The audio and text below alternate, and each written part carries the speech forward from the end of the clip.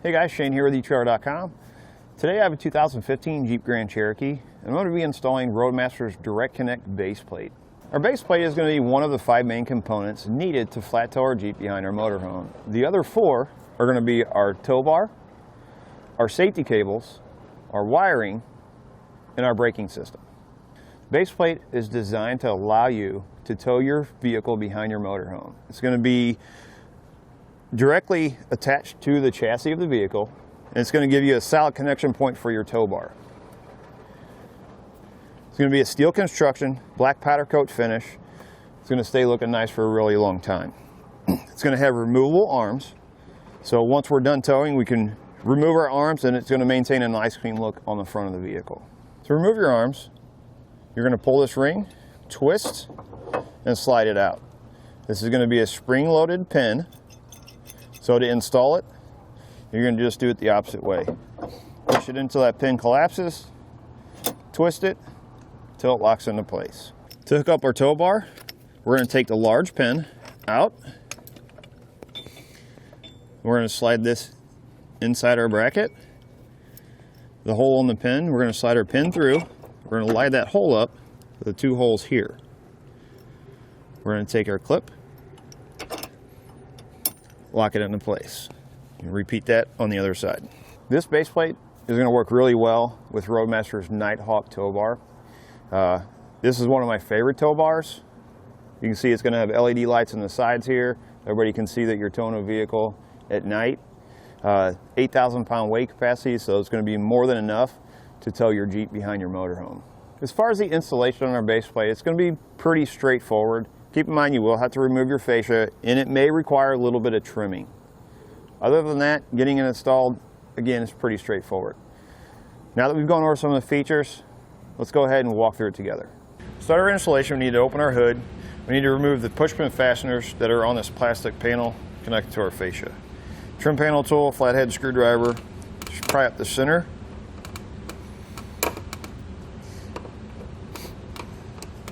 And then pull out the center and the base. Next thing we're going to do is we're going to move to the inside front of each fender well. We'll take a 10mm socket. We're going to remove this bolt.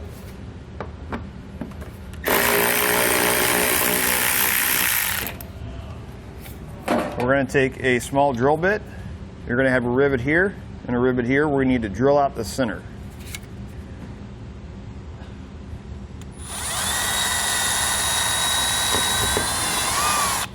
Drill out the center on both of them, and then we're going to repeat that same process on the other side. Next thing we need to do is we're going to pull our liner back. We're going to reach inside, and these little tabs right here, if you push down on them and pry this out, this is going to pop loose. You're going to have 3 of them here. Pull this out, and when you get up here, there's going to be a fastener in there. You want to try not to break that if possible. You may have to get a trim panel tool in there and pop the whole thing out. Next thing I like to do is I like to tape all my edges. Tape this piece, tape along here, and along your edge where your front fascia meets your fender. Because as we take this off, when we're putting it back on, these pieces touching together could potentially scratch or damage your paint. So just protect it, throw some tape on it. Now we'll raise it up and we'll take everything off the bottom. We're going to remove this. We're simply going to twist it and pull out.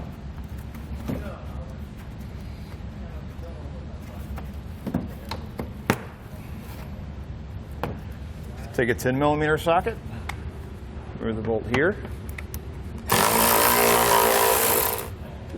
We're going to have a 10mm bolt here and a few more that run across the bottom, and then another fastener like this. We'll have 4 of those. We're going to do this from one side all the way to the other. Then we'll also have 1 pushpin fastener here. Then we'll take a 13mm socket. We're going to have 2 bolts right back here on the back of our splash shield. Remove those and we'll set our splash shield aside.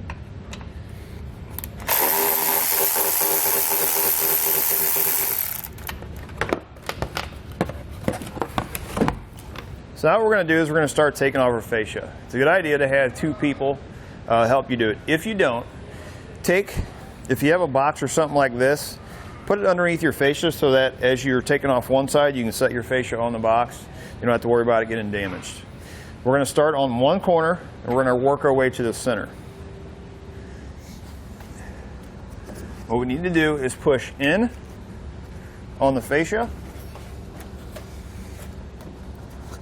to release the locking clip that's on there, and then pull out.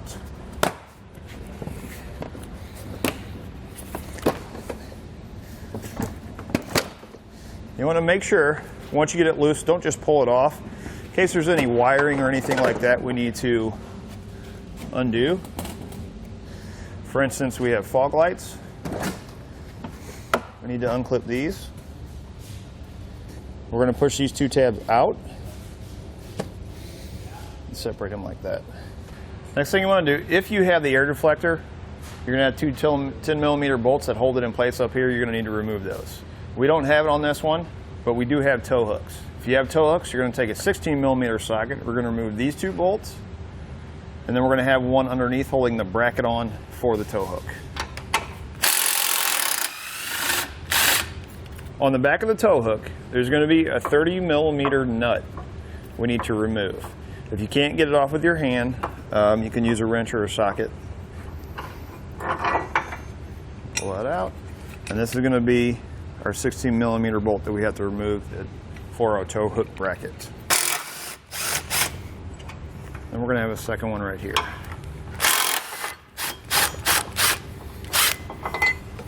Once you do that on one side, you're going to repeat that on the other.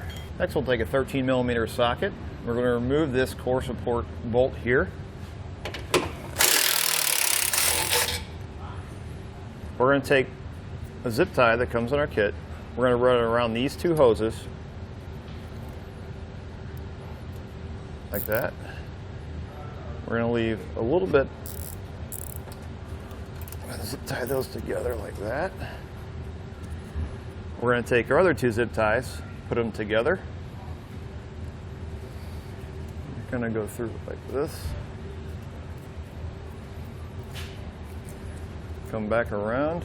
There's a plastic piece right here. We're going to take this. We're going to go around it.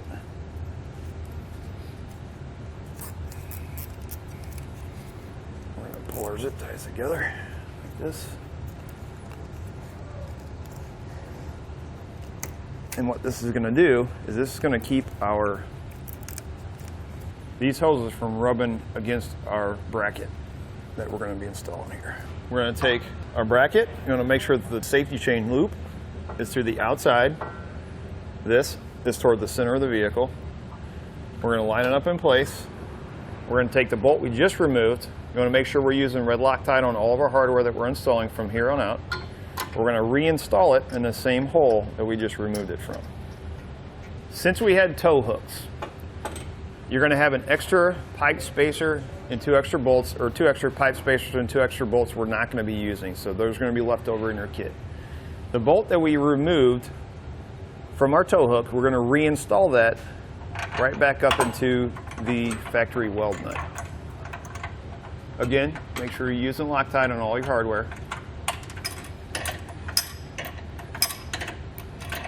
Now we're going to take two of our longer bolts, lock washer, large flat washer, Loctite, the two bolts that held on our tow hook bracket.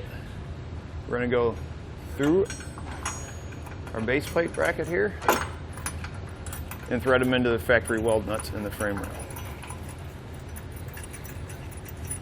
And we'll take a 17mm socket. We're going to tighten these bottom two bolts first.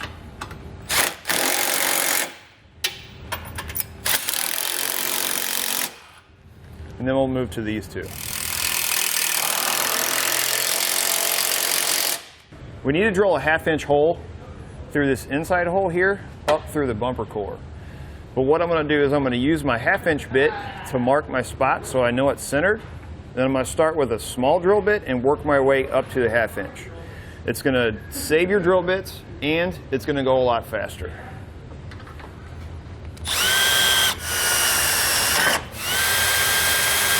Next, we'll take a pipe spacer. We're going to line it up with that hole.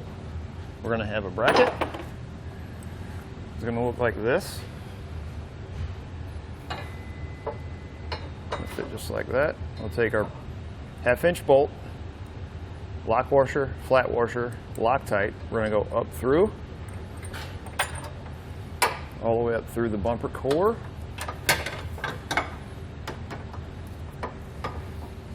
We're going to have a handle nut. We're going to go through this end to our bolt, and we're going to thread our bolt into the handle nut. And we're going to repeat that same thing on the other side. We'll take a 19mm socket. We'll tighten both of these bolts down, and then we're going to torque all of our hardware to the specifications and the instructions.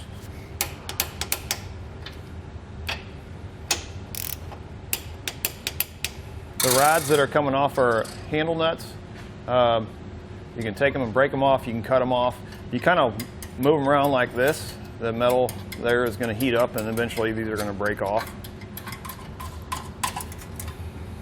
Once you have your base plate fully installed, if you're adding any additional items, like a braking system, tow bar wiring, you want to make sure you install it now while the fascia is off. It's going to make it a lot easier to run all of your wires here.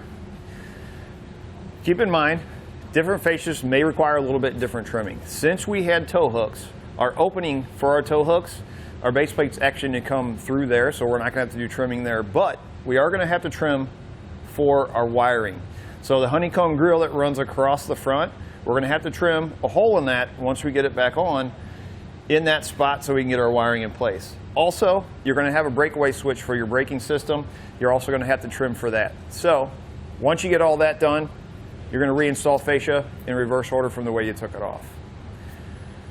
Once you have it back in place, you're going to be ready to go. That's going to do it for a look at and installation on Roadmaster's Direct Connect base plate on your 2015 Jeep Grand Cherokee.